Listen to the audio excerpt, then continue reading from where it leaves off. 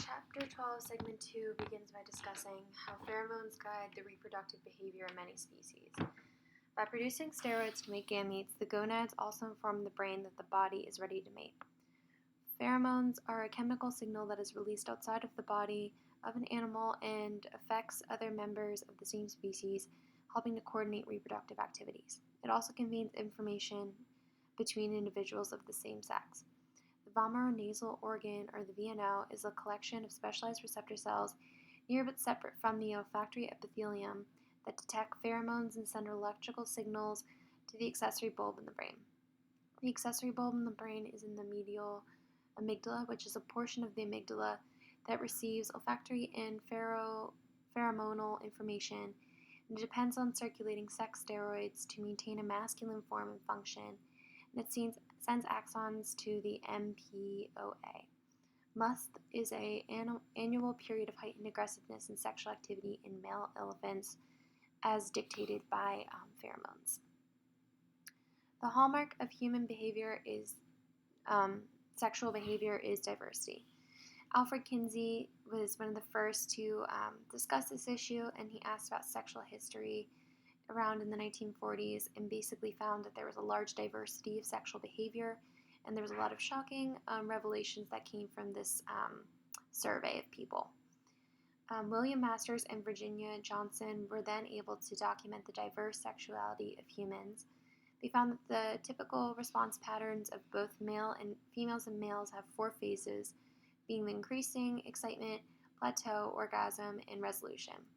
The excitement phase is when the phallus, either being the clitoris or the penis, becomes engorged with blood, making it erect.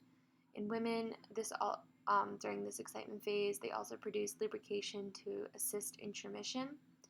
And then stimulation during rhythmic thrusting may lead to orgasm. Orgasm being the climax of sexual experience, marked by an extremely pleasurable sensations, and has also accompanied with waves of contractions of genitals. There's a lot of difference between men and women. One of them being that they have different networks active before orgasm, but during orgasm, the same networks are activated. In women, there's a great variety of commonly observed copulatory sequences. They have at least 3, can have multiple orgasms in rapid succession. Most of the time, emotional components and cognitive factors, including emotional intimacy and desire, usually dictate the initiation of sexual responses. In men, it's usually one basic pattern, and most have an absolute refractory period following orgasm, so they're not able to have multiple in rapid succession. They do have a larger sex drive usually, and there's a closer link between sexuality and aggression in men. On an individual basis, it's shaped by sociocultural pressures and experience, and sexual behavior overall may lead to health. Hormones play a permissive role in human sexual behavior. Just a little bit of testosterone is needed to be in circulation to activate male typical mating behaviors, but there's no correlation between systematic androgen levels and sexual activity among men. They just need a small amount, so if there's more androgen levels, it doesn't correspond to increased sexual activity. For many vertebrates, parental care determines offspring survival. Copulation usually isn't enough to ensure reproduction.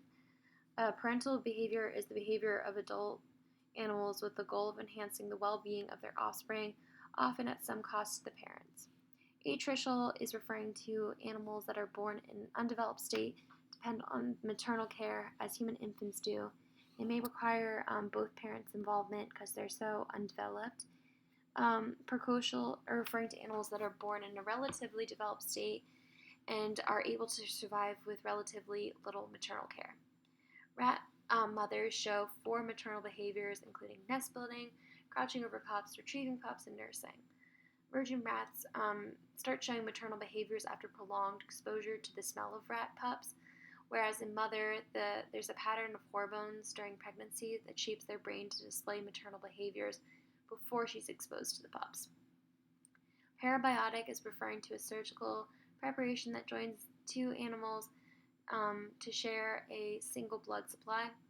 Network of brain regions that control maternal behavior show considerable overlap with circuitry of sexual behavior. this being the anteroventral paraventricular nucleus, or AVPV, which controls maternal behavior. Sexual differentiation is the process by which individuals develop male-like or female-like bodies and behaviors.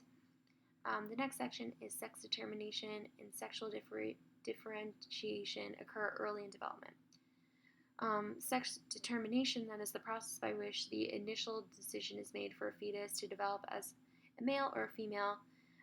Eggs donate the X sex chromosome, and sperm donate the X or Y sex chromosome. Usually, XX are females and XY are males. When fetuses are first developed, they possess indifferent gonads, which are the undifferentiated gonads of early vertebrate fetus, which will eventually develop into testes or ovaries. The SRY gene is a gene on the Y chromosome that directs the developing gonads to become testes. The name for SRY stands for sex-determining region on the Y chromosome. The product of this is the SRY protein, and cells in the core of the indifferent gonads, which causes the cells in the core of the indifferent gonad to proliferate at the expense of the outer layers.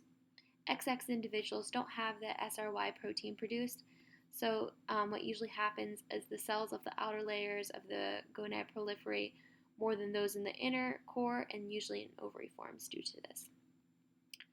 Next section is gonadal hormones direct sexual differentiation of the body.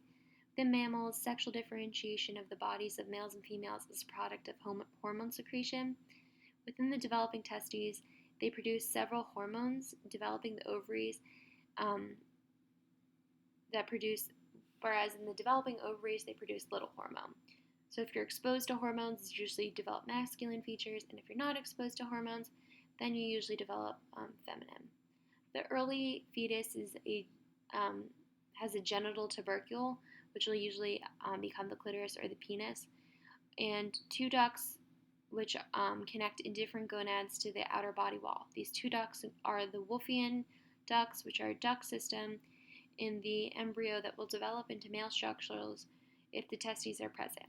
Develops into the epididymis, vas deferens, and seminal vesicles. The Mullerian ducts are a duct system in the embryo that will develop into female reproductive structures if the testes are not present, and will develop into oviducts, the uterus, and the inner vagina.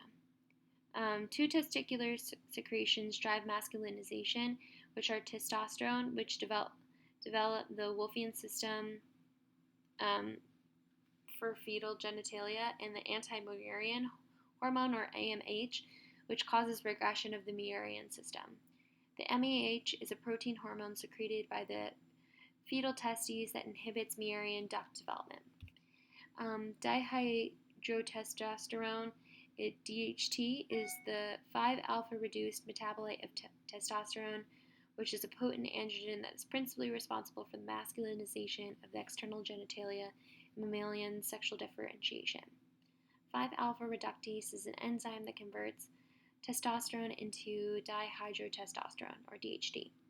Without hormones or becoming testes, they will become females. The next section is titled Changes in the Sequence of Sexual Differentiation Result in Predictable Changes in Development. Some people have only a single sex chromosome,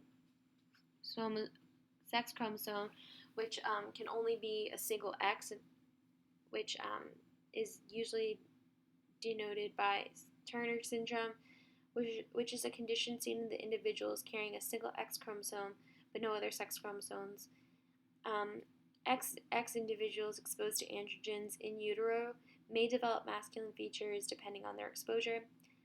Congenital adrenal hyperplasia, or CAH, is any of several genetic mutations that can result in exposure of a female fetus to adrenal androgens, which results in a clitoris that is larger than typical at birth. This usually produces intersex children, which refer to an individual with atypical genital development and sexual differentiation that generally resembles a form intermediate between the typical male and female genitals. And that is Chapter 12, Segment 2.